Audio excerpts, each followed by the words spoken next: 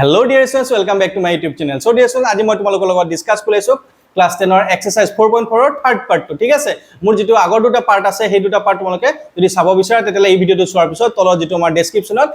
quadratic ইকুৱেচনৰ যেটো playlist দি আছে তাত গৈ তোমালোকে চাব পাৰিবা নহলে ক্লাস 10 ৰ যেটো প্লেলিষ্ট আছে তাত গৈ চাব পাৰিবা গতিকে আহা আজি ভিডিওটো আমি আৰম্ভ কৰো সো ডিয়াৰ স্টুডেন্টস আহা আমি কোৱেশ্চন নম্বৰ 2 5 টো ডিসকাস কৰো কি দি আছে চাবা k - 3 x² + 6x + 9 = 0 ঠিক আছে সো হিয়াৰ a equal কি হৈ যাব k - 3 b equal coefficient of x that is 6 or c equals to 9 ঠিক আছে since the roots are equal বুলি আমাক কোৱেশ্চনত দিয়া আছে নহয় জানো so roots are equal roots যদি equal কি হ'ব আমাৰ যেটো discriminant means b² - 4ac equals to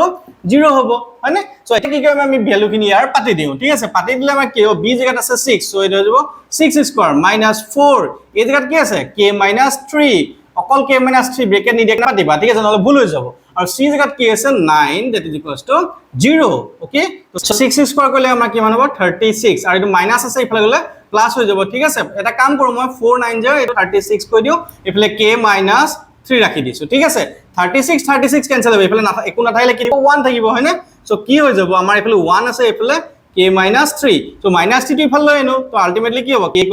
1 + 3 কইলে কি হৈ যাব আমাৰ 4 হ'ব ঠিক আছে সো k এৰ ভ্যালু আমি কিমান পালো 4 ঠিক আছে আশা কৰো তোমালোকে বুজি পাইছা কিবা যদি ডাউট আছে কমেন্ট সেকশন দিবলৈ না পাহৰিবা গতিকে আহা নেক্সট কোৱেশ্চন নম্বৰ 6 টো কৰিলো তাৰ পিছত তোমালোকে ইয়াত কি দি আছে চাবা তোমালোকে k - 12x² + 2 * k - 12x + 2 = 0 ঠিক আছে সো ইয়াত কি দি আছে আমাৰ abc যিখিনি আছে সেইখিনি আমি এক্সট্ৰা কে লিখিলাম সো a = কি হ'ব k - 12 b = কি হ'ব 2 * k - 12 আৰু c = কি হ'ব 2 ঠিক আছে so since আমাৰ কি দিয়া আছে the roots are equal হয়নে মূলখিনি আমাৰ সমান বুলি কৈছে সো আমাৰ কি হৈ যাব b² - 4ac = 0 ঠিক আছে সো b ভ্যালু আমি এটো পাতি দিম কি হ'ব 2k - 12 হোল স্কয়ার ঠিক আছে -4ac এই জায়গাত আছে আমাৰ k - 12 ওকে c জায়গাত কি আছে 2 that is equals to